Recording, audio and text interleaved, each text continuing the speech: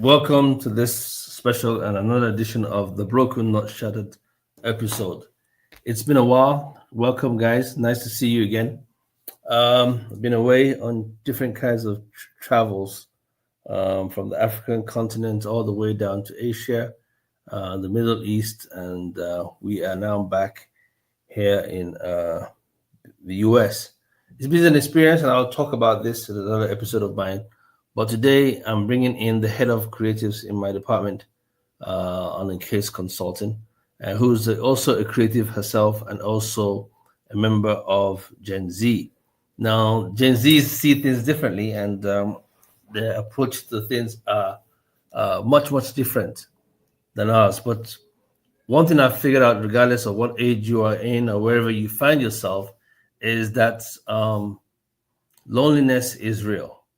And we see a lot of that discussed on a regular basis. And my guest today is someone who I want to talk about. We were going to discuss loneliness at its full capacity from different perspective. And I think everybody has their own perspective on how what loneliness is and how loneliness has impacted them. But I think in this today's generation, there are other components that we haven't figured out. So let me quickly bring to the stage and bring on uh, the young lady herself, Favor. Hey, Favor, how are you?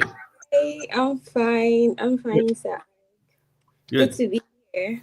Great. Thanks for making out time to speak to us. Um, we're talking about loneliness. Uh, Loneliness being an epidemic. And I know a lot of people have been writing into us as an organization, asking questions and trying to help. Hopefully, we can provide solutions for them when it comes to the issues of loneliness. Viva, you're young, you're in that Gen Z, you're creative. The way I see things as an old man is not the same way you young folks get to see these issues and address them. What do you think is going on in today's generation when it comes to the issues of loneliness? Um, towards the issue of loneliness, it just happens to be like everybody's in their own world.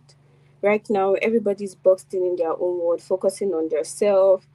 I think it might also stem from like the self care or the self care narrative, not in the bad way. I mean, the self care narrative in the sense where you feel like, yeah, it's just me, I choose me, and I choose me, and I choose me. And then we make it so hard, like, what's that word now? What we use in choosing or like defining who friends are, what who a friend is, those sacrifices were meant to put in, and it's long gone. Everybody's all about self right now because that's what is in.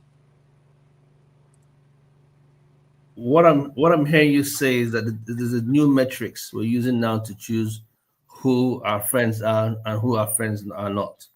So the Yeah. metrics of friendship has changed from one generation to another generation to another generation. So your generation now is saying what determines who's a friend.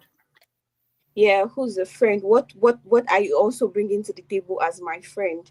Like the era, it is just gradually eroding. Of course, some people in my generation still have that sense of, I mean, it's friendship. It entails sacrifice. It entails like being there for each other. It entails like giving Mhm. actually, and also open to receiving. But it's just that majority of us, it could be because of, I mean, different narratives are springing up. We have the emergence of social media, and everybody's quite opinionated. Everybody feels they're saying what they feel is happening.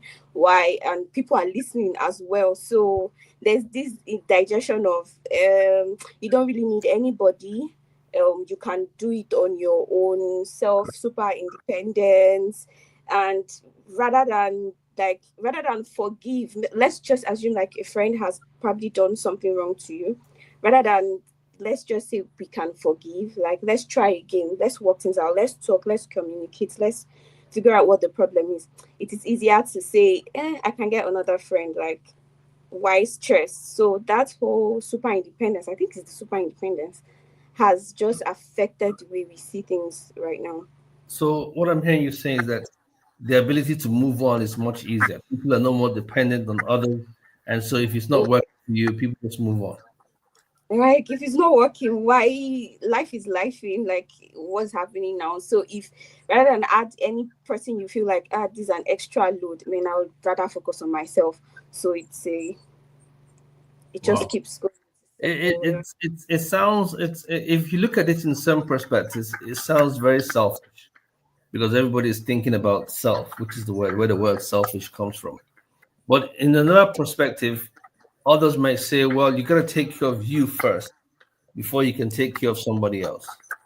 Oh yes, I agree. I definitely agree. You cannot pour from an empty cup. Definitely, you have to first. I was listening to a creator last night on TikTok, and but she was mainly focusing on female side and like what has happened and who has told women to tone down, being humble and being meek. It is being nice, but she's of the opinion that you need to pour into yourself. Pour extremely well to yourself as a woman. When you pour into yourself and you're so filled and happy with yourself, self love, and then you can then radiate outside, like it can come from inside and it's outside. So I also, of course, self love all the way, like self-love all the way.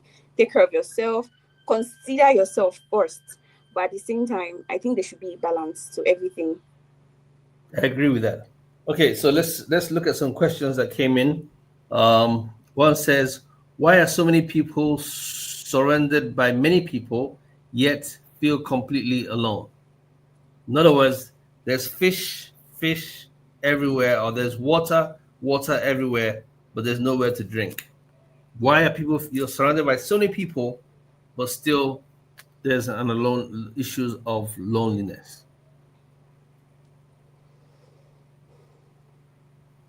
That's your question. Can you hear me? Can you hear me? You can't hear me. Okay. Pause.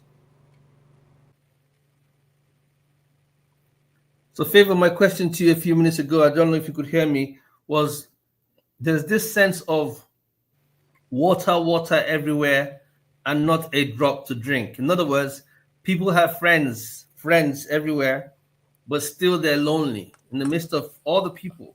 So, why do you think we're seeing this new trend of people, or you see people on Facebook or social media platforms that have a lot of followers, a lot of friends, but still they're lonely?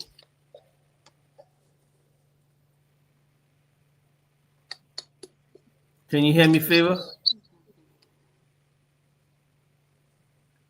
Can you not hear me? You can't hear me? Can you hear me?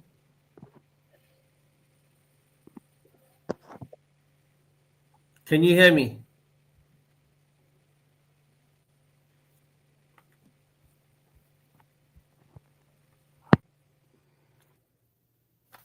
I think I can hear you, Mr. Ike. So, yes, there are so many friends around here. People are lonely. There are so many people around. People are lonely. Mhm. People are engrossed in their own world by virtue of we have mobile phones now. We have personal gadgets.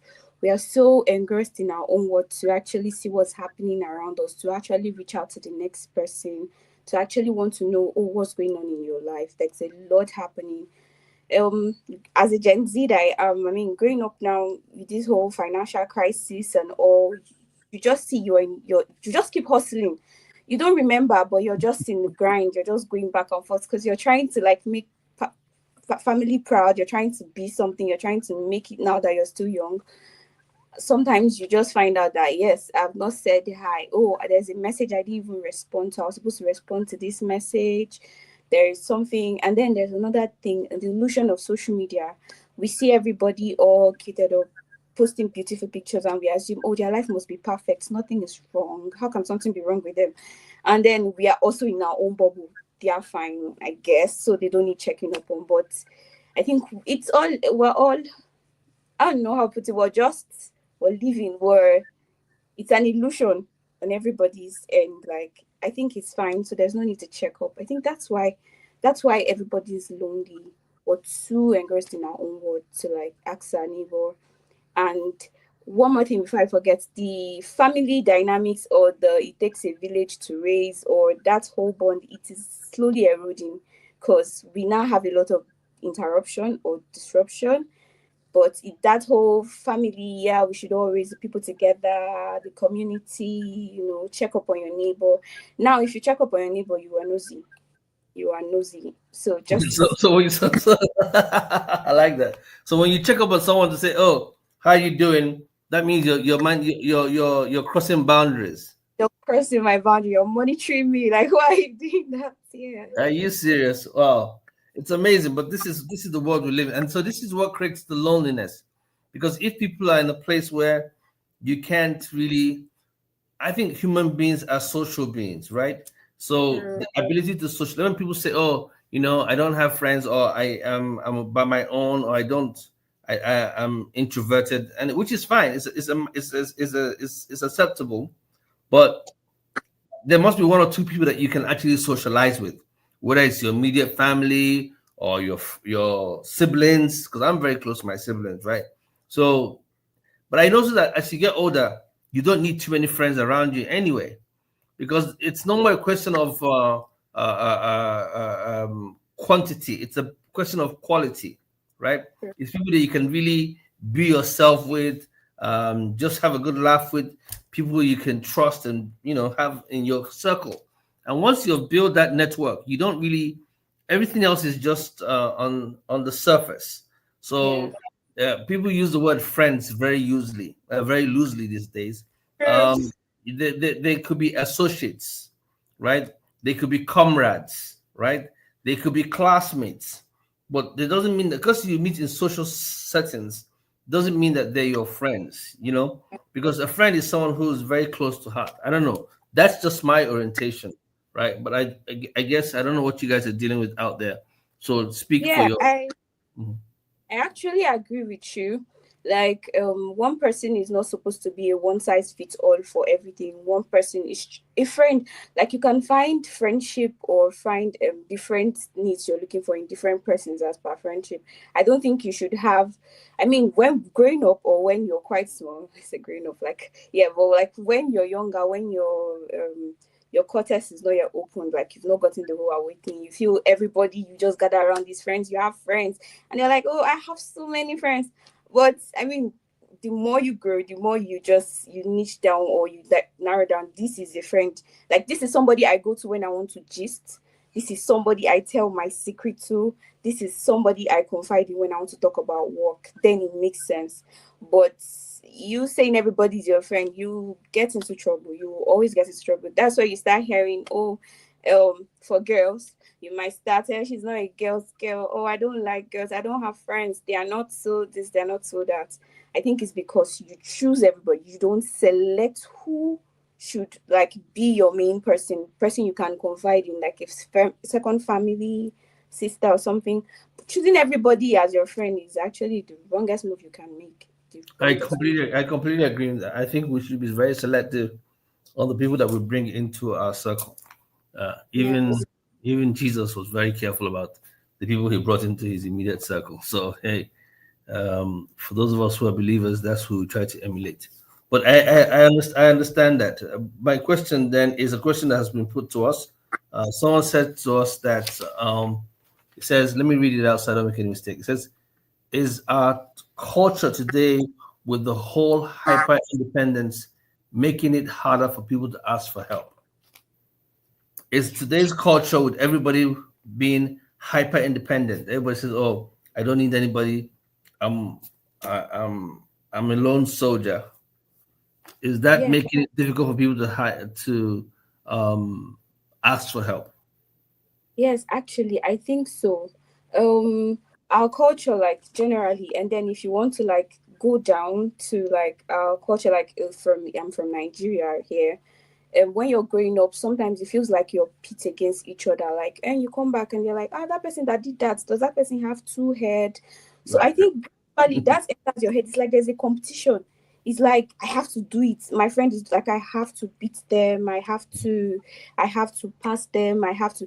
That keeps first. There's already little competition in your head. Even Now, among siblings. Yeah, even among thank you. Even among siblings, you're like, this person doesn't have to hear this doesn't. So you already have competition looking in your head. That's like already, I feel like it's part of like the whole independence stuff. So you're like, yes, I have to do it. You're doing that one too. Then not then the other one, as per everybody feels like, yes, you like the whole I can do it. I'm self-sufficient by myself. I don't need anybody. I don't need anybody to bring me up and later tell me like I made you, all of that too. So yeah, and if you're not going to ask for help, or you're not expecting somebody to ask for help either from you too, because I mean it's a give or take. So if I'm not going to ask for help, I don't expect you to come and meet me. It's if you come and meet me, I'm like, when I went through my own, you were not there for me. So like, why do I have to go? How do I? Why do I have to help you? So you go through your own, I go through my own, and so it's a race. It's a race. Wow. Yes. You guys see it as a race. I think there's a problem there. Um, I know in the corporate world, uh, one of the questions we always ask is, how self-sufficient are you? How can you get the tax done without asking help from your colleagues or requiring supervision? The more independent you are in handling a task in the corporate world, we seem to applaud you much more. But in reality, if you want to go fast, you will go alone. If you want to go further, you will go with a bunch of people. A team makes the village. This podcast cannot exist. You and I know it without all the guys in the back end who have made this their responsibility Sunday after Sunday. During the week, they're working on things just for you and I to show up, or for me to show up, or for myself and Obi to show up, right? So there are people working, and that's the team. Now, if everybody is super independent or hyper independent, then there's a problem, because then I'm thinking I can do it all by myself. But I know the truth is I cannot do it all by myself, right? There's some things that I'm good at, and I stay on my lane when it comes to those things, right? Because I've mastered that area. And I will tell people this area, I understand it. I have invested time in it. I've researched it. It's a gift, it's a calling, it's a purpose. So this is my area. And it might not be your own area, but it doesn't make me hyper independent, or super independent where I can't ask for help in other areas, right? Even in relationships, even in marriages, even in families, you see people not trying to reach out because they feel as if asking for help is a form of weakness. And especially with men have that big problem. We have a big issue. And so for all the brothers who are outside there listening, um, it's okay to ask for help. It's really okay to ask for help. Whether you're asking for help from your business partner, or your associate, or your buddies, or your girlfriend, or your wife, whoever it is that needs, that that might have a better area, or a stronger understanding of an area, just reach out and ask, because what you don't know, right? And then the areas you do know, you begin to know. The problem is when people begin to undermine you because they feel that, oh, you're always coming to me for something, and so I'm now superior than you, or I'm a boy at the sea road past you now. So listen to me when I talk, right? Then that's a problem, right? Because then you're undermining the person, or you're not taking into account of the person's own strength. You're seeing them reaching out to you as a weakness. I remember a friend of mine said to you, you can never you can never help someone's what did they say? I think you can't help someone's ego. In other words, if I'm too if my ego is that big that I can't ask for help, and which is not at all. I'm not that egoistic that I cannot ask for help. But if you have that big ego, or that image, or that self impression that you've created out there, that all is well with you, then nobody's going to help you, right? And you're wondering why nobody comes to help. So this is just my thought.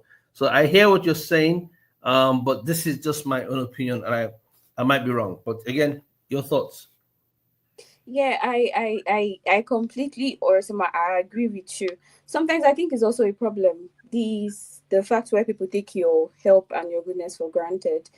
Here down here we finish, right? You don't see me finish like you. That's what we call it down here.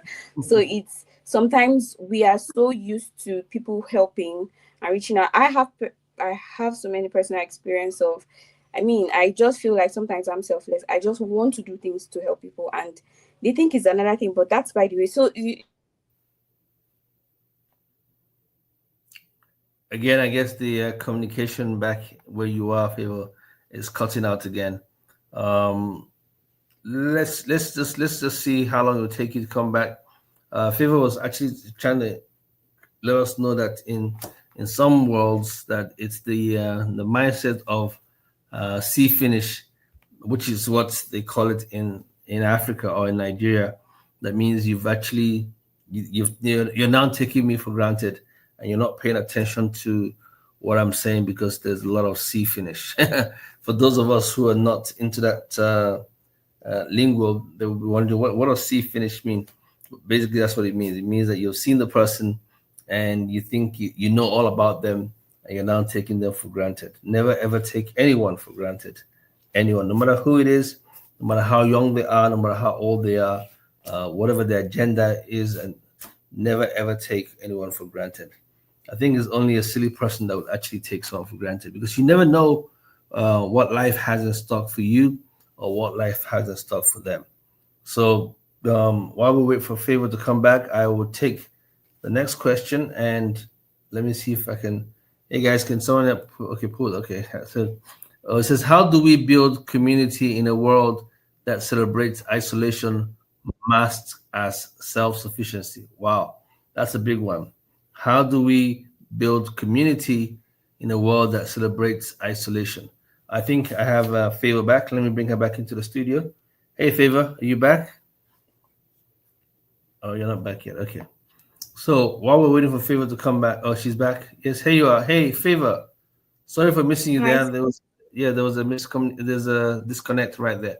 Okay, so again, the question is, this is the next question. It says, how do we build community in a world that celebrates isolation masked as self-sufficiency?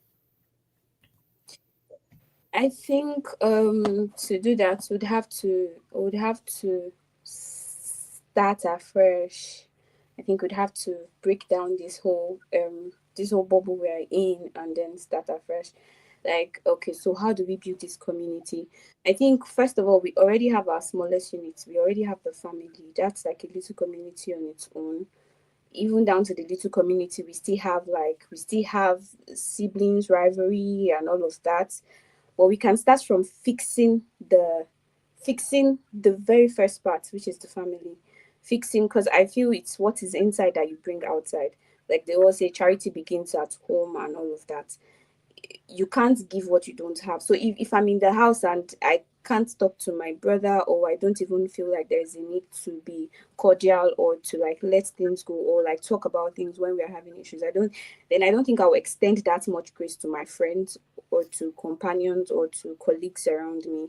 So I think we have to first start from fixing what is inside and then working on our own personal issues. I know from past experiences we've had so many hurts and we're like, there's no need. I mean, one person has one story or the other. I, for one, have one story to also tell about being hurt by friends.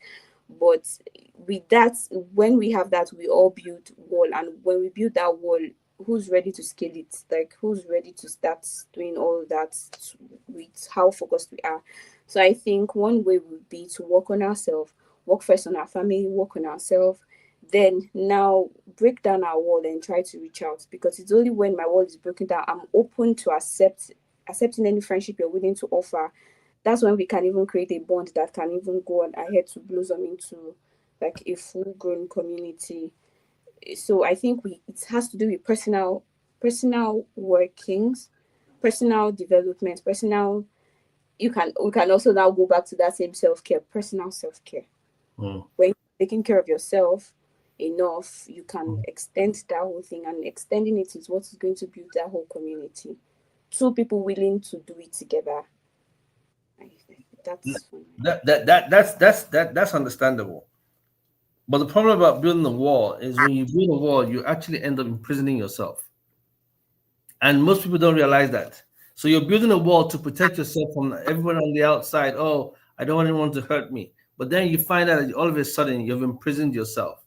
So you have to Yeah. find a balance between um, boundaries where you don't have people taking you for granted or stepping all over you, and then being able to express areas of concern to you in a very polite way. And when you express yourself, you don't have to believe that the person has to react or respond in a certain way. All your responsibilities do is to express how you feel, and then the decision is now theirs on how they choose to respond. The problem is if you express yourself and you expect them to respond in a certain way, then it could be where you now start building this wall, thinking that, okay, I have to build a wall to protect myself. And at the end of the day, what you've done, you've built a wall to imprison yourself. That's where I see the whole issue of self sufficiency being an issue. All right, we're drawing closer to the end of this podcast. I think we have a couple of more questions. Can social media even fill emotional gaps? Um, just that's a Gen Z thing. I wish my kids were here to okay, because they're always on their phones these days. So the question, No, I yes. don't. No, because I mean it's like an euphoria. So you posted a picture and then you're getting notification, turn, this person liked, this person commented, this person liked, this person commented, you're like happy. But it goes out as fast as it comes to. At the end, you're alone. You're So, still fighting. you're still empty. You're still empty. You're still fighting your demons. They just liked it, and that's it. And that's actually the end. You're looking beautiful, and oh, tap tap. I like. Oh, she's fine. That type is like, oh, she's fine, and that's it. Nobody checks up on you again. Nobody wants to know if you're fine. You posted today, and last thing now we get. Before when someone dies, like nobody's expecting death, and person dies, and you're like, oh, I'm so sorry. Oh, sorry, the Wi-Fi, the connection has gone off again. Um, Just posted yesterday. I don't know if you guys got what I just said, so I'm going to repeat what I yes, said again. please, please. Realize that when people die, like of course it's sudden, nobody expects that. But when people die, before you'd hear something, oh, I just spoke to him, we spoke, or we just talked, we spoke over the phone, he was fine. Right now, you might likely hear, he just posted 1 hour ago. Mm, That's it. He that's was it. he was probably dealing with a lot inside. He was probably dealing with depression, but he posted 1 hour ago.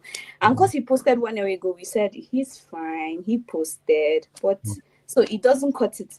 After the likes, what next? It doesn't cut Well, it. for people like me that have people that help me post, can you imagine something like that happened to me? And my team had already posted long, and they posted a week after. They still posted, not knowing that because some people don't post by themselves. They just have a team of people that actually get their messaging across to help them with their communication. Well, that's interesting. Okay, so you're saying that social media does not fill that gap at all. So it takes away the real life communication when people spend time on social media. All right, that's fine. Okay, I think there's going to be a last question, Favor, because we're running out of time. What role does pride, past trauma, or fear, fear play, or fear? Oh, sorry, let me read it again. What role does pride, past trauma, or fear play in the loneliness we feel in today's world? A lot, a whole lot. Let's say, okay, first, Let's take the pride first. Pride. pride. Um, the ego thing, the whole I can do it all by myself. I don't need anybody. If we go straight, independent woman, independent man. So that's like the pride. We already have it. I can do it by myself. I don't need anybody's help. That's where the pride comes in. Past experiences. I mean, people have hurt you. I for one have story to tell, but yeah, people have hurt you in different ways. Probably could be your boyfriend, it could be a family friend growing up, it could be a whole lot. I've had past experiences that had made me shut down. Like I shut down psychologically and it affected me like along the line. when I decided, oh, I was going to pursue a love life, it came in play that in that. So you can see like it's a past. If you don't deal with it, it's going to rear its head again. So Yeah. if and I had to then start working on it in the relationship. So it was taxing, it was hard, it's a lot. So past experiences also play. Mm. Past experiences also play a part in that regard. And then also we have the issues where it's not just past experiences now. It could be the issue of fear of the unknown, fear of what has happened before trying to happen again. And all those things can actually create a sense of loneliness in our world. I have spoken to a lot of people who have had those kind of challenges in their personal life. They're afraid to take a step of faith or a leap of faith again because of what had happened to them in their past. So it has a way of playing up. Let's see if Favor's back here to continue. Hey, Favor. Yeah, you're talking about fear. Okay, let's talk about fear. So the fear Okay, part. yeah, fear. Yeah, the fear part comes in when you've had that same experiences. Now you're scared to start anything. I, for one, I love my friends. I love them so much that, and we're just more, we've known each other like since university, and I just intend to keep it that way. One time I asked her, just last month or so, I asked her, I was like, very soon life will happen because life happens. You're probably going to travel out. I might travel out. You might get married. I might get married. And you are the only friend I have. What happens? Like, how do I cope? Because I'm not ready to make new friends. Is that fear? I'm okay with this bubble I have. I trust this bubble so much. I don't want to open it. But up to more people, open it to anybody that I feel might jeopardize it. That's the fear. I, for one, now have fear of getting people very, very, very, very close to me because I mean, I can do a lot for this, but can I do more for other people? Because I know I've also had a bad friendship. So So yeah, fear. so is that healthy? Now, because we are going through different phase of life, and your new phase might need somebody to pull you through, and which your old friendship might not have the capacity. It's not healthy. It's not healthy. So it's just a coping mechanism. The same way, the same thing we're talking about building your wall and not letting people in. It's not really healthy because your new phase or your new might need new people to direct you, to guide you, to show you what it is. But when your guard is up, you don't get to meet them. So you end up struggling with the same old pattern when you could get used to a new pattern. But like we said, we're trying to survive. We're trying to protect our hearts and just stay away from further heartbreaks. So we tend to stay stuck in the past. It's a work in progress, I guess. We're trying. Wow. It's a work in progress, and I agree with that. Are we too hurt or too scared to open up again? It's a work in progress. Favor, thank you for bringing your perspective to the BNS podcast. It's always good to talk to young people because you guys see the world differently, and regardless of the slight hitches we're having on the network, it's been a great opportunity to talk to you. This is your first time on the BNN podcast. Hopefully, it will not be your last. Yay! And I Oh yeah, know. watch out. I'm definitely going to be putting Mr. Ike on the hot seat very soon. Okay. Yes, I can imagine. We tried to get you on the podcast for the last 2 years or so, and you've been dodging. So this is now you're ready. This is your time. Thanks for making our time to speak to us.